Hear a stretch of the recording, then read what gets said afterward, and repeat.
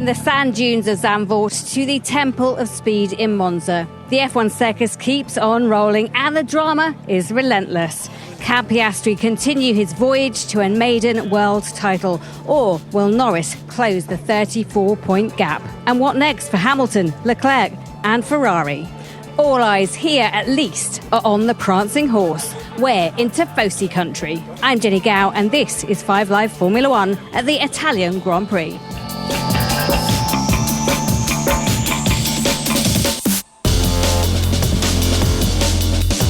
Yes, welcome to Monza. It's a beautiful sunny day, white clouds bobbing around, and we're sat by a little espresso bar. I need to get that correct anyway. I'm joined by former F1 driver Jolyon Palmer. You can hear the coffee shop in the background, and the BBC's F1 correspondent Andrew Benson. This is the life. Hey Jolyon, this is gorgeous. Yeah, great news. The coffee machine's fired up finally, so we're going to be up and running soon. I love coming to Monza. It's such a cool venue for a race. I mean, in the park here, it's atmospheric, it's historic, and it still feels unique on the calendar, which is a lot of fun.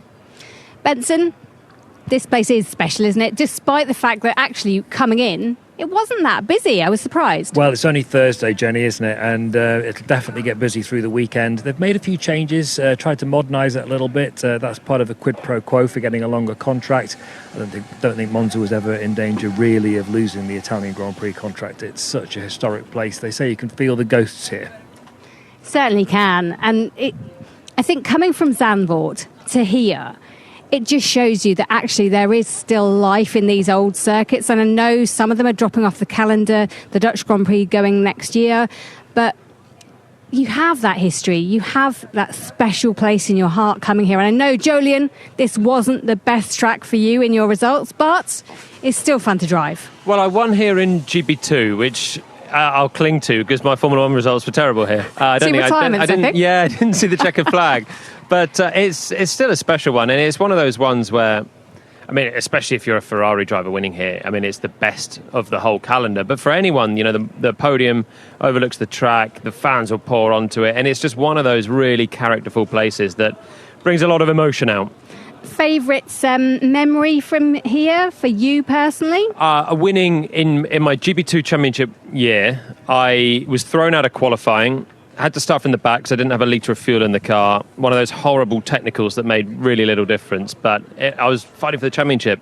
So thrown to the back, managed to get from 26th to 8th in a GB2 feature race, which meant I started from pole the next day and I won.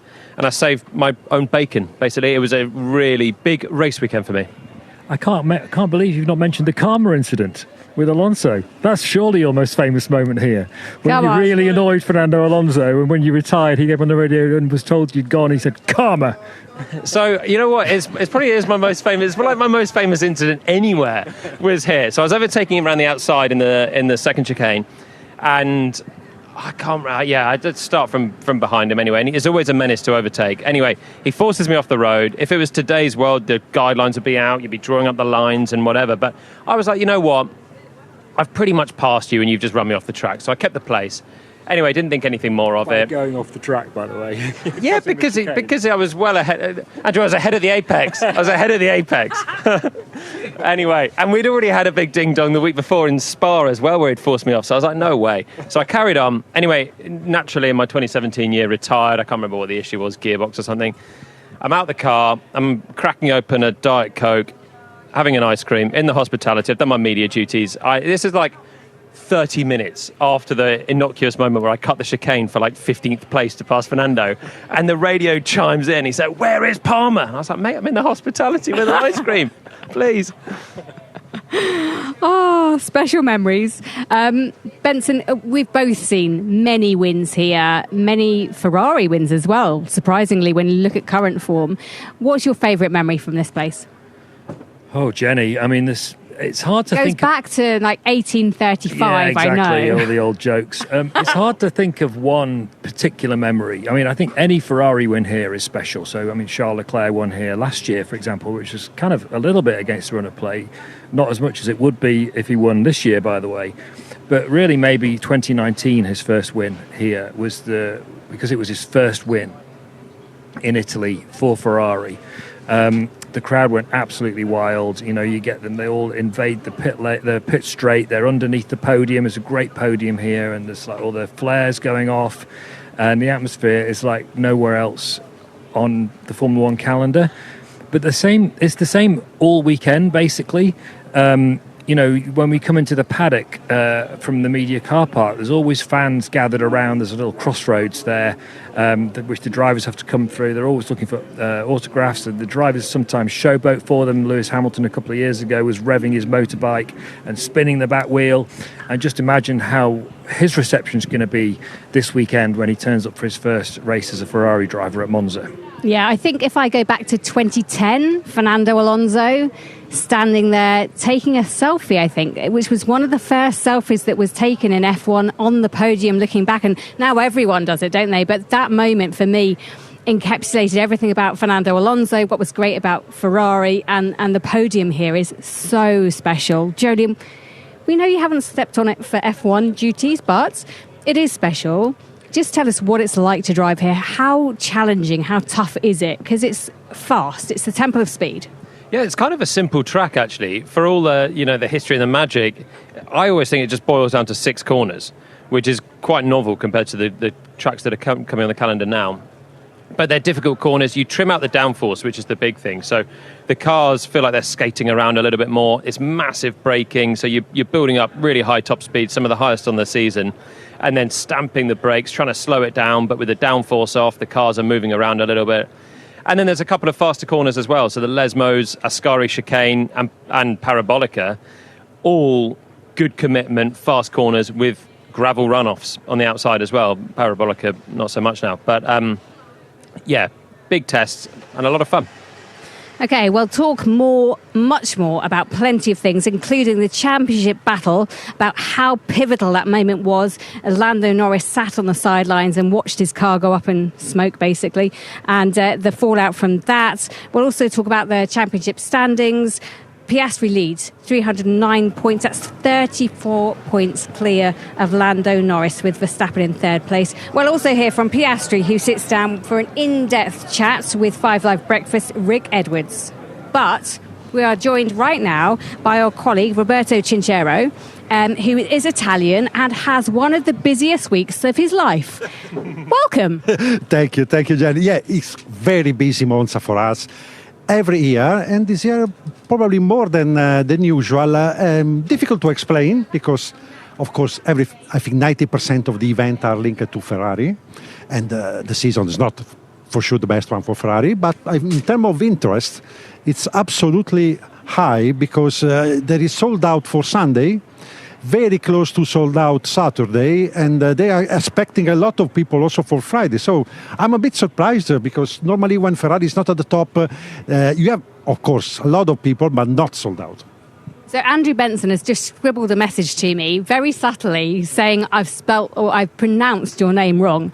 Just tell it to me how it should be. No, it's Kinchero, but it's difficult for the Italian one. So, Jenny, no problem. Okay, I'll take that. But thank you, Andrew Benson, for picking me up on that. Right, let's talk about Monza. This place is very special to a lot of people. When did you first come here? I'm living here 5 kilometers from the circuit. I think I was a boy. I think I was 7, 8 years old. And I used to go in the park that is very outside the circuit with the bicycle. And it was open, the track. So I came in and I said, oh, this is the track. Because my family was not involved in motorsport. Nobody is special for motorsport at home. And the first thing I did was to come on the banking. And I crashed out completely with the bike. I tried to go up. So I arrived home, I was completely brushed. And that was my first day here. And then, of course, to be so close was the reason why I started to be here. And I spent a lot of time here, Jenny. When I was 14, 15, my family was desperate. Oh, you need to think at school. But I always loved to be here. And all races, not only Formula One was more difficult because the access is more difficult. But I tell you a secret, there is the house of the Guard of Monza was very close to the paddock. At the time it was open. and the son of the guard was my friend. So I came in his home, I exited the garden was in the paddock, so I have the opportunity to come in without the pass. And that time I have picture with Nelson Piquet, with Keke Rosberg, other people, because I was lucky to have this friendship with this guy. Very fortunate. I like that. Friends with their go places. What about Ferrari this season? Tell me, how is it being received in Italy? Not just this weekend, but in total. The expectation was very high. I remember in last February, I think everybody of you remember that how was the hype was so big. We had an event in a place in Milano in February. I think it was there 30,000 people. It was amazing the interest that was in Milan.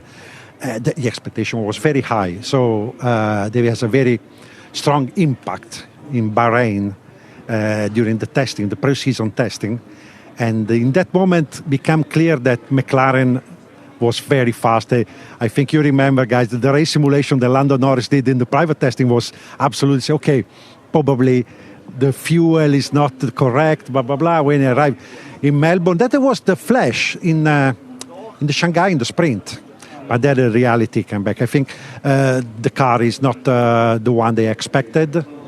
They are not in condition to fight with McLaren, that's for sure. It will be like this until the end of the season. Then can happen some weekend that if McLaren have some problem struggling, is important in that case to be the first of the others.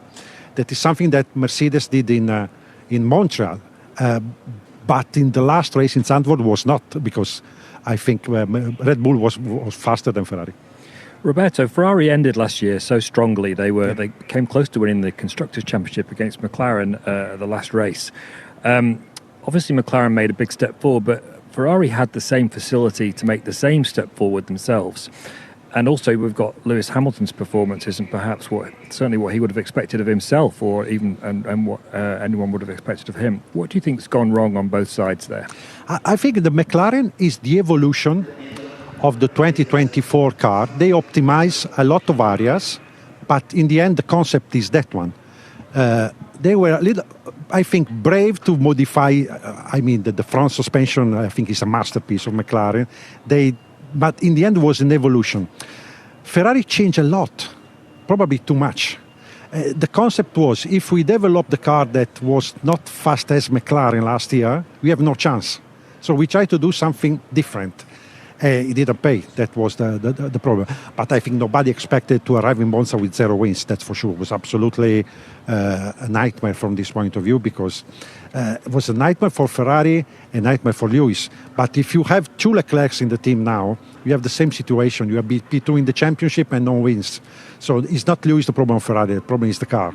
How do you think the mood has shifted at Ferrari because of Lewis? So when you say that they've changed the concept of the car and they've tried to add a lot more performance and it's not necessarily landed well, do you think some of that is because they've signed Lewis and because they're searching for something that's not easy to find them? No, I don't think was because of Lewis. Probably next year will be some of the suggestion that Lewis gave to the team will be in the project, but not in this one. I was expecting Lewis struggling at the start of the season. I was expecting Lewis not fast as Charles in qualifying, but not with so big gap, and not for all the weekend, and especially not on the race pace. Now the race paces can be a little bit closer, but in this Formula One, if you are 2 tenths slower in qualifying, often means that you are not able to come in Q3. That changed completely the weekend. If you start from P12, P11, it's difficult. It's difficult race. Well, let's hear from Lewis Hamilton speaking in the press conference ahead of this weekend. Such a unique experience. I think from yesterday morning, I got to Maranello. And when you walk in and then you see the Ferrari logo, I still have to pinch myself. It's so unique. There's people outside at the factory always. I've never seen fans outside of a factory before in any of my years, and you see that every single time. There's just such a positive. There's clearly just so much love for this brand, and for what it means to people. But always just coming here for anyone, no matter what team you drive for, it's an incredible experience. Being in this park, being in this historic circuit, and then seeing pretty much the whole Tifosi throughout the pit straight. But also when you do the parade lap, when you're actually driving, the fans are very close, so it feels like they're right with you in the car. It's pretty cool. So, Roberto, just tell me, as an Italian, a proud Italian, what is it like? Oh, we're just being... You can come in if you want. Join us. Yeah, listening.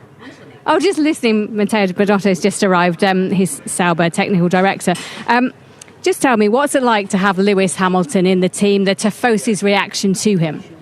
For sure, it's something that for some Tifosi is a kind of dream come true, because they have seen Lewis on the podium for a long time and they were not in the condition to give him a round of applause because he was in the Mercedes colors. But I think they always had the big respect for Lewis. I spoke a lot with the Tifosi in the past, and say Lewis is Lewis. Okay, it means that kind of big respect. Of course, the story is not going as expected, but I think they are. If Lewis will be on the podium this weekend, I'm sure that we will see something special under the. It's special the podium here in Monza, but it will be more special with Lewis. Well, he's going to do well to get a podium, isn't he? Because he's got a 5-place grid penalty after the Dutch Grand Prix last weekend. And we've just frightened off Matteo Binotto. He came over, this is the former Ferrari team boss, he came, and now Audi head of F1 projects. He came over to say hello to Roberto and myself. And when I asked him if he wanted to take a question, he was like, no. And walked away quickly. So maybe later in the weekend we'll catch up with him. Yeah, the 5-place grid penalty was picked up before the race even began in Zandvoort for disobeying waved double yellow flags. That is going to be tough round here. Can he overtake, Jolyon? It's difficult. It's actually... if everyone always thinks that it's an easy track to overtake because there's long straights and big braking zones, but actually it's trimmed out downforce, the slipstream effect is smaller, the DRS effect is smaller, so it's actually not that easy to do. The interesting thing is, for me, Lewis's mistakes, because I expected it to be really difficult, him coming up against Charles as well. You know, I think we all respect how quick Charles Leclerc is behind the wheel. And it's proven out, and as you say, Roberto, the small gaps make it look worse than it is sometimes because of how close the field is. But it's the mistakes now for Lewis that we're seeing so many kind of silly mistakes. And we had Spa, where he didn't make it past the first part of qualifying for a spin, for a moment, for a track limits. Hungary was just a little bit of pace missing and not tidy laps. But then even again last weekend in Zandvoort on Sunday, the weekend was actually going better for him in terms of pace compared to Charles. He was close, happier, and then he spins out of the race. Kind of a strange moment for him to have, and it looked to me like he's chasing the performance rather than like understanding where the grip is and the level of the car. But then the yellow flag one, looking through it, you're thinking, how is someone with such experience making such a kind of basic error of just not slowing down and obeying the double yellows? Yeah, it's interesting, isn't it? I mean, I think the thing for me, actually, since Miami, in terms of average qualifying performance, Hamilton's been very, very close to Leclerc. It's like less than a tenth between them since Miami. It's just the first few races that have skewed the average. But for me, the thing about Hamilton this year, and also a bit last year, is no matter how good or bad the car was over the last 15 years or whatever of his career, 20 years nearly now, there were always these magic moments from Hamilton. You know, they would be dotted through the year, usually quite often. But this year, there hasn't really been any Hamilton magic. And I sort of wonder, that's my big question about Hamilton at the moment. Where has the magic gone? That is the big question. But, you know, Andrew, when you have not the right feeling with the car, it's difficult. When you try to push a little bit more, we have seen it in Zandvoort. He had 2 spun in the free practice, and he crashed in the race. And it's something unusual for Lewis. And it means that you have no feeling with the car. They tried to change the rear suspension. Probably was one of the reasons to give the car more drivability. But I think until the end, this car is not suitable for Lewis. That is the story. And if you try to push more, the risk is to finish like in Zandvoort. And it's difficult to do something magic. No, you see, what Max did at the first lap was amazing, was something amazing.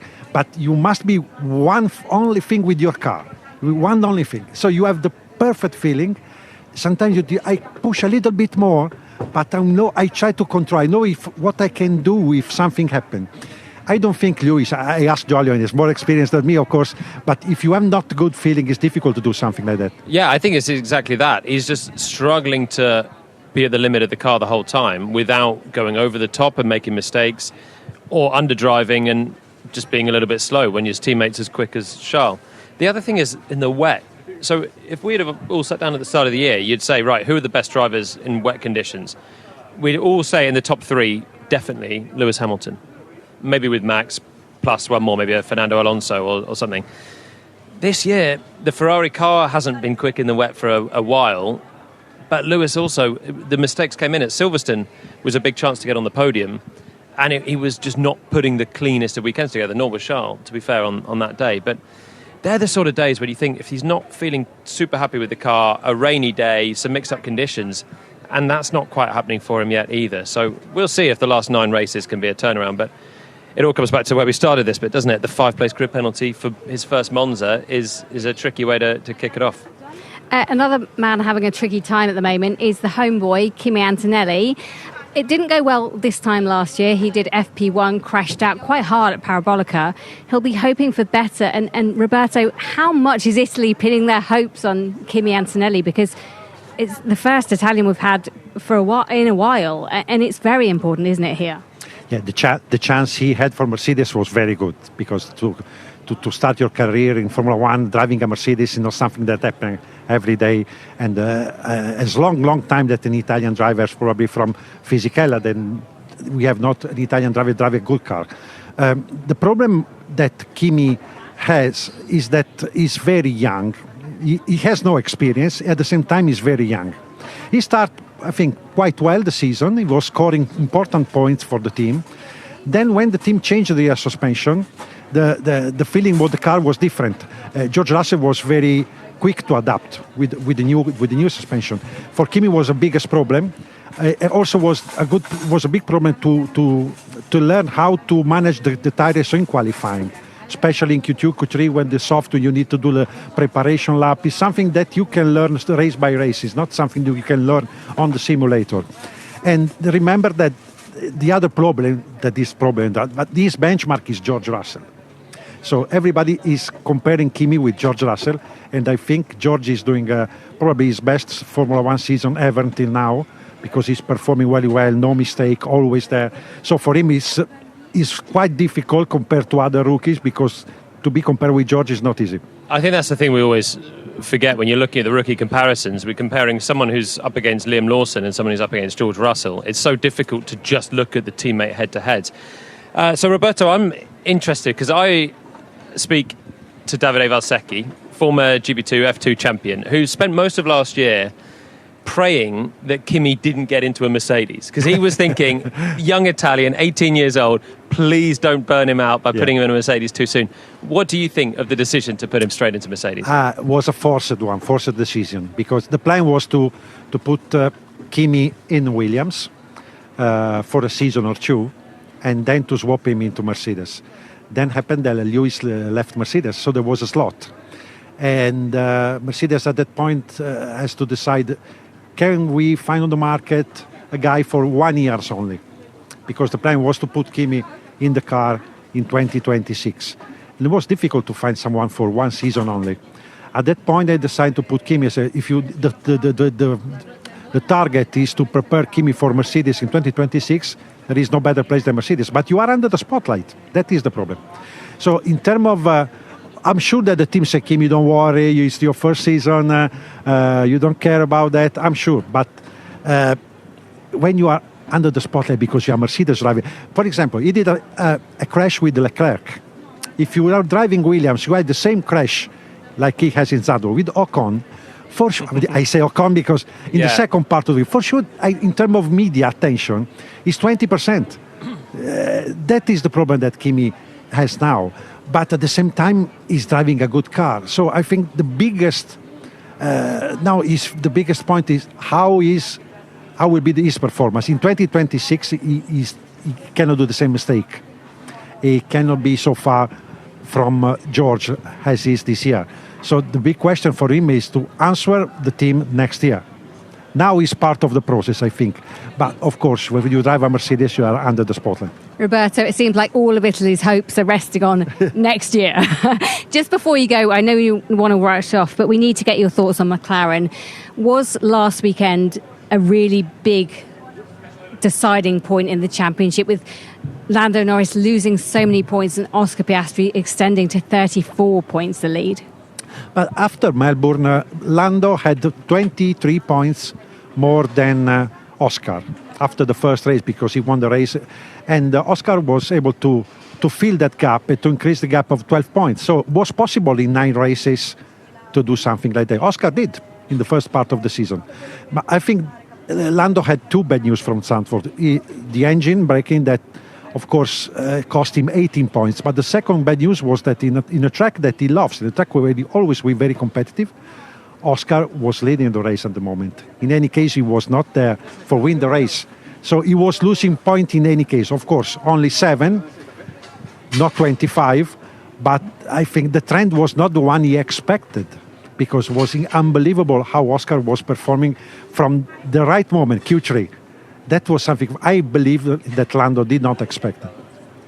So, Roberto, we're going to let you go, but are you calling the championship for Piastri, or do you think there's still a battle left? I think still a battle left, but Oscar will win the championship. Roberto, thank you so much. Enjoy your weekend. I hope it goes well for you. And I hope you enjoy as well. Yes, of course. We've got great coffee, great weather, great company. Thank you so much. Ciao. Take care. Ciao.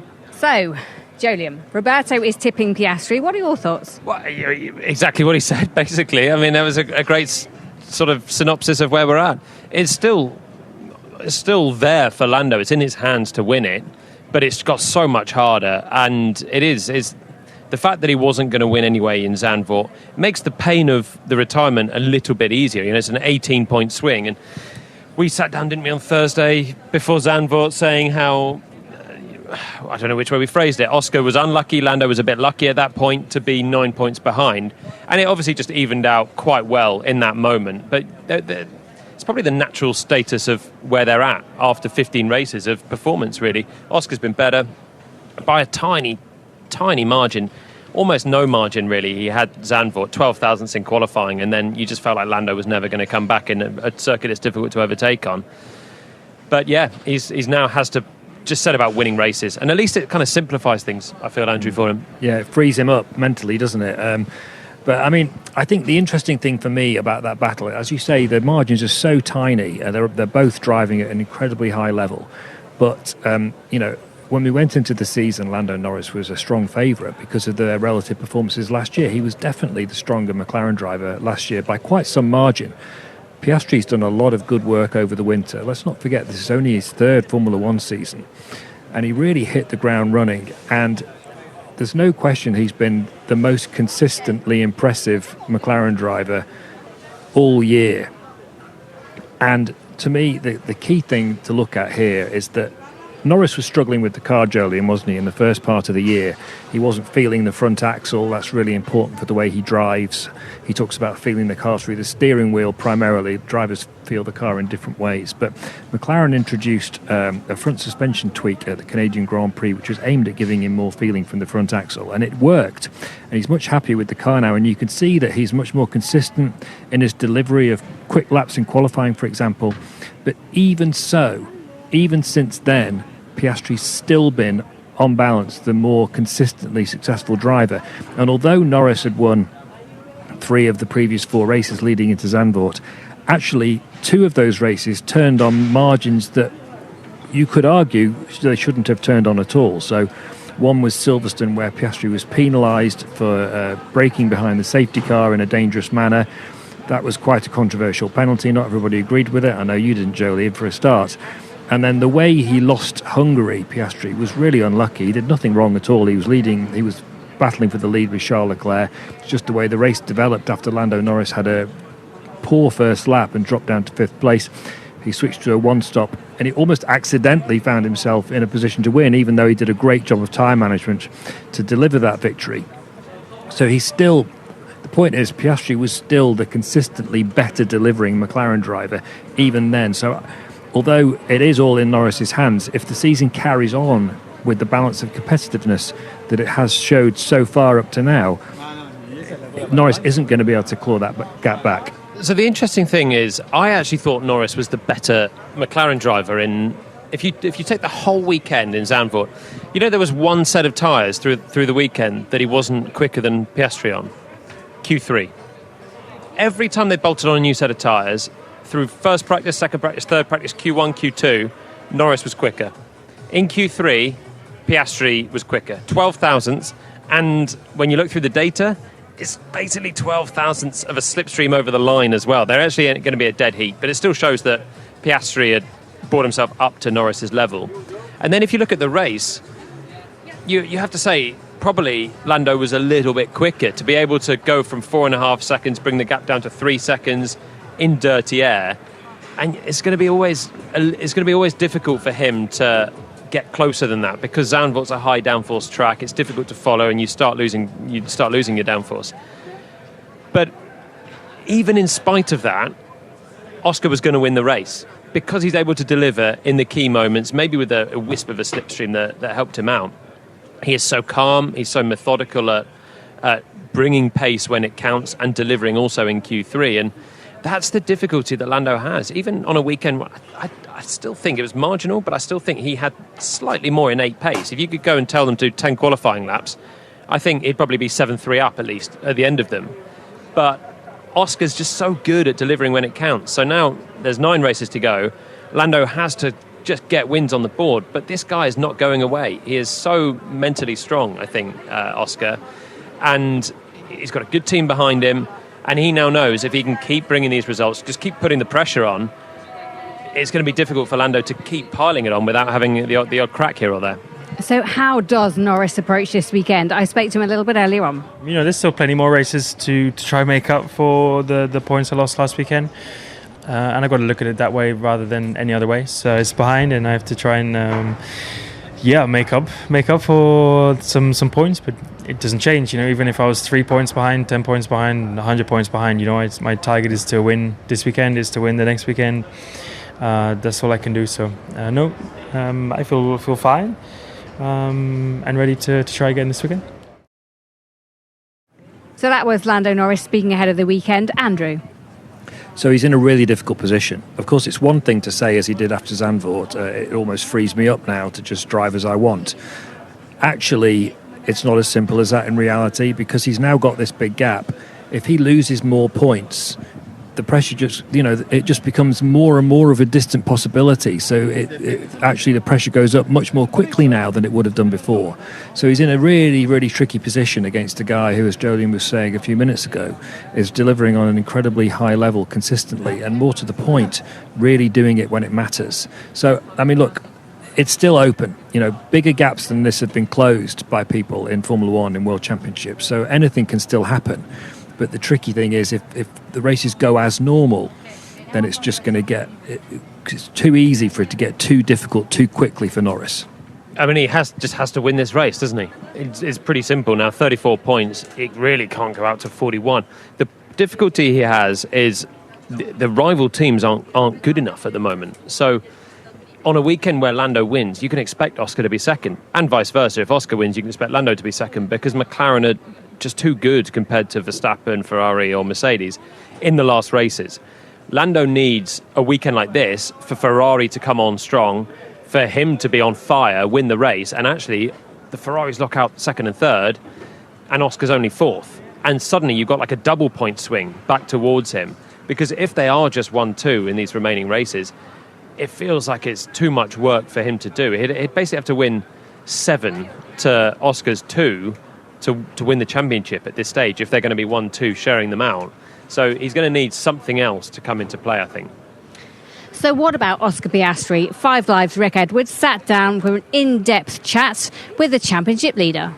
One thing that there has clearly been a step forward in is your own performance, because everyone could see what a talent you were last season, but you've turned it around massively. And I just wonder if you've been able to kind of put your finger on what it is about what you're doing that has seen such a big improvement. I think there's not been kind of a magic answer or a massive discovery. It's just been the kind of normal evolution and progress that you try and make as a driver. And I think, in the off season, I feel like from year 1 to year 2, there was still some pretty big things I had to work on, some big gaps. Whereas at the end of last year, I felt like there was not that many gaps left anymore. It was just that trying to kind of tick off every box, qualifying pace, race pace, tire management, whatever, risk management, whatever it be. Trying to get all of those lined up on the same weekend didn't happen very often.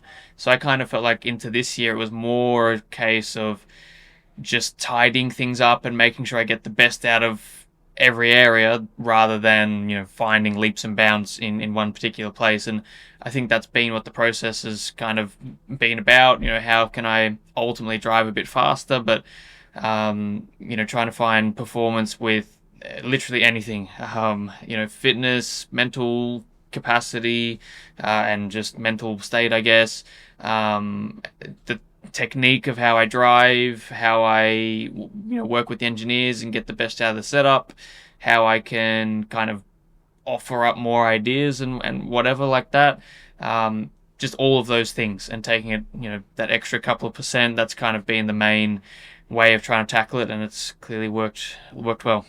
It worked really well. There's been quite a few races where it's felt like when you've been under pressure, you're always so calm, but you've always been able to find a little bit extra if you've needed it. Almost like, and not to say that when you're driving so fast, not so that you're driving within yourself, but almost like you have just that little extra gear that you always know is there when the time comes.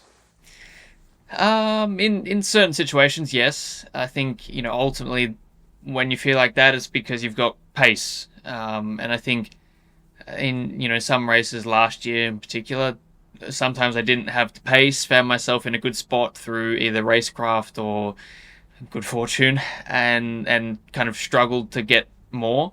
Whereas this year, I agree. There's been a lot of races where once I've hit the front or started at the front, I've felt very in control, and I think in Formula One in general, but racing in general, and also with how these cars are to follow and manage tires, there's kind of not much point in taking more out of anything than you need to, especially if there's a late safety car or stuff like that. It's kind of always about having it under control, and you don't get any extra points for winning by 15 seconds instead of 2. So that's kind of how I've tried to approach things. And at times I guess it makes it look maybe a bit closer than it is. There's also been some where people have thought I've been cruising and I haven't necessarily. So it kind of goes both ways. But I think generally there is a clear advantage of having that clean air being in front. And generally there's a little bit more in reserve if you need it.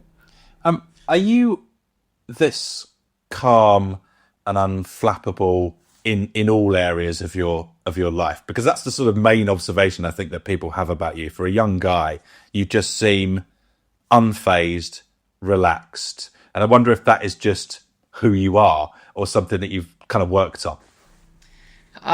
Both is the answer. I think it does come relatively naturally for me.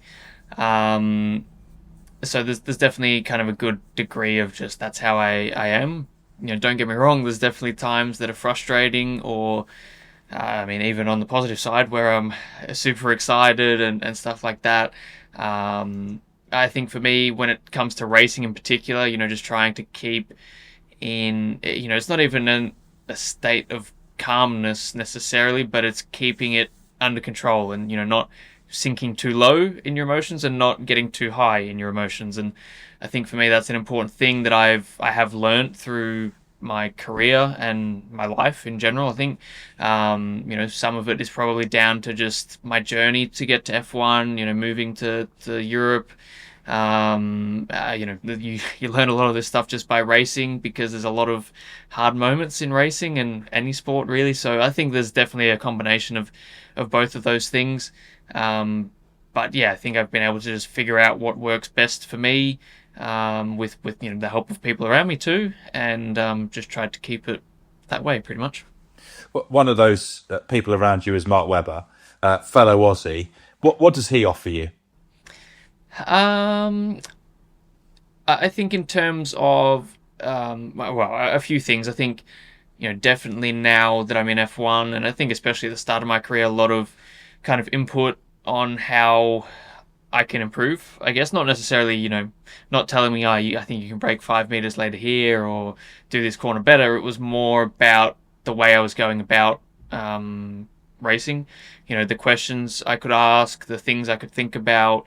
Kind of bigger picture stuff, I guess, and that's been very valuable. Obviously, the management side of things as well, looking after contracts and that kind of stuff. But definitely a very hands-on role in terms of how I get the most out of myself and how I get the most out of the team around me too. I think Mark's obviously had a long career in F1 and motorsport, and in different teams, different championships, and I think for myself that's been a really important thing, kind of seeing those different perspectives. So it's been very useful.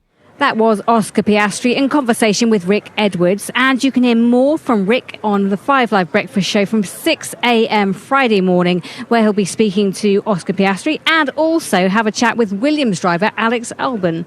Well, we heard from him there. So, Jolien, will Piastri's approach to this weekend change? Well, it shouldn't, because he's driving at that high level. He was on course to win in Zandvoort.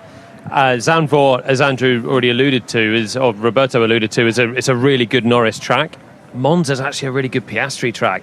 It was one of the first ones he out-qualified Lando in his rookie year. He out-raced Lando last year. And I think statistically across the course of the season, this is probably Lando's weakest track, actually, in his comparison with his teammates over the years. So, yeah, Oscar just needs to dial in, do his thing, and he's got a 34-point buffer. If he loses a race here, focus on the next one. He's just got to think about trying to get just a few races more on the board and basically beating everyone else that's not Lando. And if he can beat Lando, then that's one step closer to the championship. Yeah, he's really nailed the championship winning mentality this year. He's just gone on in and thought, I'm just going to do the best I can every weekend, and I'm not going to stress it, whatever happens.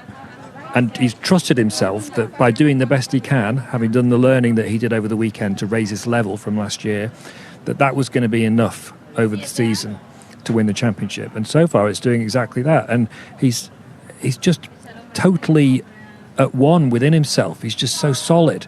He's so centred in his performances. And so he'll just carry on doing the same thing. And now actually, because the points gap's gone out, that makes it easier for him, not just mathematically, but also it makes it easier for him to stay in that mindset, to keep hold of that mentality, because he's not chasing, he's not having to second guess anything. He's just at the front. If he just keeps delivering with this same strategy that he's approached the whole season with, then he will win the championship. And he knows that inside himself now. I think he probably knew it inside himself already, but he really knows it now. So that just makes it harder for Norris. It's like Piastri is so metronomic with his delivery. It's really impressive. So my question for both of you is, how much of a percentage chance do you think it is that Piastri will win this championship? How convinced are you? I'm going to say 80%. Yeah, I was thinking 80 to 90. I think before last week, I would have said he's favourite just because of the consistency of performance, but add in the 34-point buffer now, and it's going to take something special for Norris. But conversely, I would say if Norris can turn it round, he'll have really deserved the title now in the end. And do McLaren change their approach, Andrew, to this championship battle now? They can't. They've started this season with the ambition and intention to be absolutely even-handed with their two drivers, and they've carried that all the way through, even to the extent that some other teams have said to me that the way they handled Hungary was a bit questionable, they thought, given that usually the lead driver gets precedence with strategy, and they ended up with the other guy one stopping past him in the course of the race. Some other teams wouldn't have let that happen in the way they're But how not? Well, I don't know. It's just what another team boss said that to me in Holland, and I'm not saying I'm not judging whether they're right or wrong. Well, I mean, they could have done it. But by, I think that is pot stirring, keeping isn't Norris on a 2-stop, for example, and beating Russell to the final podium place. It's one way they could have done it. I'm not saying they should have done. I'm just saying that I'm just reflecting a different opinion. Yeah. But the point about McLaren is that they've been completely even-handed. They've got no reason to change. They had no reason to change before. They've got no reason to change now. The car is the best in the field. They're crushing the Constructors' Championship to get more than double the points of the next team. There's not a chance they could lose that. So they can just let them go and race. They can let them crash into each other if they want. They don't want that, of course, and they've made it very clear that that's not allowed under what they call the papaya rules of racing. So they'll just carry on in the same vein that they have already. I think they do need a lot of credit as well, McLaren, for allowing their drivers to race. Even earlier in the year, they said it's inevitable they're going to come into contact at some point. We'll deal with it when it happens. It happened in Canada, and actually the drivers are still working to sort of very much against each other, but they're still harmonious together. And so the whole culture within McLaren, I think, comes from the top. Zach Brown, Andrea Stella, empowering their drivers, but also there's not animosity between them. And when it is only those two that can win the championship, and the Constructors is done, it's quite impressive that we're this far into the season and they still have a lot of mutual respect for each other. Yeah, it's very impressive. Just a side note on McLaren before we discuss Mercedes and Red Bull. Ireland's Alex Dunn will get his second opportunity to drive an F1 car for McLaren this weekend in first practice at the Italian Grand Prix. It's quite a mark of honour, isn't it, driving in Monza for McLaren? Well, it's the same path that Lando Norris himself took. He had his first, this isn't Alex Dunn's first because he had one in Austria and was very impressive, by the way. He was only a 10th off Oscar Piastri in that first practice session. That's a really strong performance. But Lando Norris had his first appearance in a FP1 session here in Monza in 2018, and there's a funny story about it, about how him and Fernando Alonso were driving the two McLarens, and Alonso had done his best lap time and he wasn't going to be able to improve because there was no tyres left, and he was being asked to be kept informed about Norris's time on the radio. And at one point, Norris was coming up behind Alonso when he was on his fastest lap. And they said, Fernando, Lando's coming up behind you, make sure you don't get in his way. And then the next thing they heard on the radio was, he blocked me. And they smiled at each other on the pit wall and went, that's Fernando for you. Anyway, back to Alex Dunn. He's looking really impressive.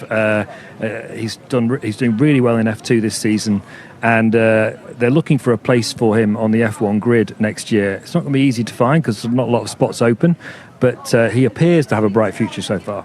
Right, let's move on. Red Bull, Mercedes, Ferrari. Who can anyone challenge this weekend? Please give us something to cling on to. We don't really want another McLaren 1-2. I fancy Ferrari this weekend. I think they've got a race win in them this year. They've had pace at various times, and I think on paper this is not a bad track for them. Low speed corners.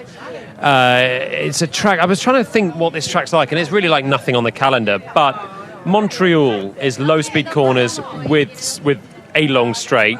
Charles Leclerc was very quick in qualifying then. The speed of the corners as well as low speed, like Monaco, is completely different because of the straights. But Hamilton we've already discussed with the grid penalty, but I see Charles Leclerc, who won here last year, as a threat. What do you reckon, Andrew? I agree. Actually, somehow, through some kind of magic, Ferrari always seem to do well at Monza, don't they? I'm not implying there, by the way, that there's anything just sinister. Magic in the trees. It's just that, but I think that they're also always good in Monaco, for example. And I think this is I was talking to someone who would really know what they're talking about on this topic.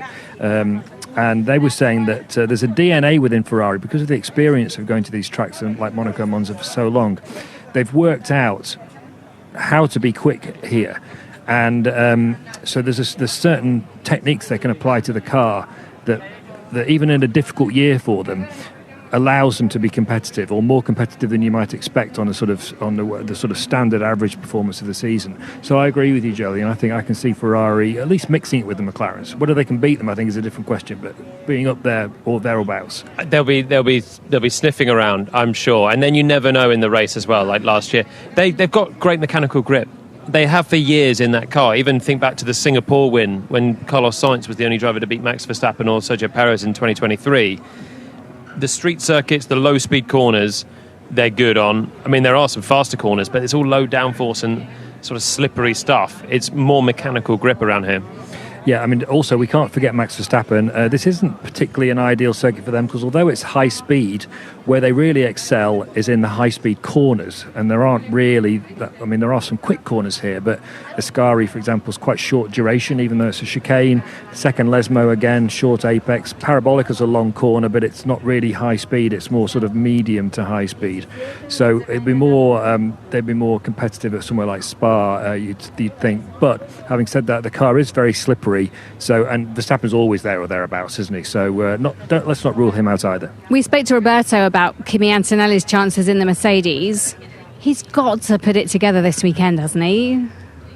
Well, he's already had an Italian Grand Prix, and it was one of his worst early on at Imola, and that was the weekend where he brought his classmates along, and it feels like such a long time ago, doesn't it? But he didn't make it into Q3, retired from the race. And the last time he drove a Formula One car here, he did put it in the barriers on lap 2. He did a very impressive lap 1 and then crashed out. So he's not had great form in Italy, but I do think probably for him, coming back to drive an F1 car on a circuit that he's already at least done one flying lap on in Formula One, it feels like it's coming home a little bit more for him for a rookie. Yeah, Jenny, he doesn't have to perform here this weekend. He's got a Mercedes seat locked in for next year. This year's all about learning for him. If it goes wrong this weekend, it doesn't change anything. I think with the main thing he has to do is just chill out a bit and try and take the pressure off himself and just try and drive naturally. But you can't take the pressure off yourself if you're not performing, though, can you? So that's the problem. It's a tricky one, and I think the difficulty for Antonelli at the moment is that he came into Formula One with everybody expecting him, or he was being billed as one of these generational talents, because we've all heard these stories about the junior categories, these tests in the wet where he was 4 seconds a lap faster than anybody else in an F3 car at Silverstone, for example, last winter. But we've not really seen that much evidence of it so far this year, and it is true that the Mercedes has been a difficult car. It is true that George Russell is operating at an incredibly high level, one of the best drivers in the field, and look what he did to Lewis Hamilton last year, for example. But even so, I think if you're going to be a generational talent like the Verstappens or the Hamiltons or the Leclercs or the Alonsos, for example, maybe Leclerc's a bit of a stretch, but particularly those three, Hamilton, Verstappen, Alonso, you see it very early on, relatively often, and we haven't seen it from Antonelli yet. And I do think he needs to start performing before the year's out, because even just the mindset for him this winter, we heard from Roberto saying next year's all about his progress and cutting out the mistakes, but it's very rare you see someone that's sort of losing confidence, making mistakes, spiralling down this nosedive of performance, who can then bounce back that well. So I feel like he doesn't need to be consistently great. He can still make mistakes. He's a rookie. He's just turned 19. But we need to see some more of the flashes that can give him a spring in his step over the winter to think, I'm going to come back and I'm going to beat George. I'm not going to play second fiddle in 2026. Yeah, psychologically, I think it's important, as you say, that he does bounce back at some point this season for next season's sake. Just before we do our predictions, one piece of news for you. Colton Herta has signed up with Cadillac as a test driver. Jolien, thoughts? It's a sensible move for Cadillac to get a young hot shoe American in. It's a big move for Colton Herta, who looks like he's going to give up his IndyCar future to come and give everything to Formula One. So there's a lot of talk he's going to come and do Formula 2 next year to get the super license points to then become a race driver if he does well enough in F2. Yeah, it's a slightly odd way they've done the announcement. They put out a press release saying his racing campaign next year would be confirmed at a later date, and then Dan Tauris, the CEO of Cadillac F1 and Andretti Autosport in IndyCar, which is the team that Herta was driving for this year, went on a podcast and basically confirmed he would be doing F2 next year, literally 3 hours later. So it's like, why did they put that in the press release? I don't know. I mean, Colton Herta's 25. People I've been talking about him as one of the sort of most talented American drivers, but he's doing this kind of slightly bizarre move because he hasn't been able to earn enough super license points. The super license is what you need to race in F1. and you get different points for different categories for different results. He hasn't earned enough points in IndyCar over the last few years to have an F1 super license to entitle him to drive in a Grand Prix. The problem with that is that there are quite a few IndyCar drivers who have got super licenses. So you have to ask, well, if he hasn't earned it in IndyCar, why is he necessarily going to earn it in F2? But he's, as you say, Jolene, he's committed to this step for the next stage of his career. I don't think Tauris has called it a risk for Herder, and it is to a degree. But I think if it doesn't work out for him, he's still going to be able to find a seat back in IndyCar when he eventually gives up on this F1 dream, or the F1 dream eventually ends, in the same way that Michael Andretti did back in the early 90s when he tried something similar, but a bit more fast-track than this with McLaren and failed and had to go back to IndyCar with his tail between his legs. But it's an interesting story for us all to follow for the next couple of years, that's for sure. Right, predictions, guys, before we head off. I'm going to ask the people that are serving coffee in a minute, because they're all Italian, they'll have their favourites. Andrew, who do you think will win this weekend? Well, for the championship, obviously everybody wants the championship go to the wire for interest's sake, but obviously Lando Norris needs to win on that basis. But I'm afraid my head tells me that Oscar Piastri is going to win again. Jolien? So I'm going to go with my heart and say Charles Leclerc gets the first Ferrari win on home soil. He's got form here in the past, and I'm going to back up what I said. I think Ferrari can be good. This will be his third win if he could do it for Ferrari on home soil. And I think Lando will go second, Oscar third. Lando is on redemption, but it's not enough for what he needs. So I'm going to back. You call me crazy for this. I've just got a feeling. Hamilton. He's got a 5-place ability, but think of him at Silverstone. He uses the crowd to propel himself, even last year, to victory. Can he do the same here with a Tifosi cheering him on, slip screaming his way through the masses? Yes, he can. Maybe. Right, I'm going to go and ask these lovely people who are serving coffee to everyone what they think. Right, I'm just going to negotiate the table. Right, ciao. I'm going to ask you, who do you think is going to win this weekend? Hamilton. Hamilton. See, backing me. I love that. Hamilton. Hamilton. There's a lot of Hamilton love. Hamilton. A lot of Hamilton love. See, I can't be the only one thinking it. Thank you so much. Enjoy your serving. Thank you for helping us. So, you've heard it here first. Hamilton is going to win in the Italian Grand Prix. Maybe. You can hear it live on 5 Live from Sunday lights out at 2 p.m. My thanks to Jolien and Andrew, as well as all those we've heard from over the last hour or so. This has been an IMG production for BBC Radio 5 Live.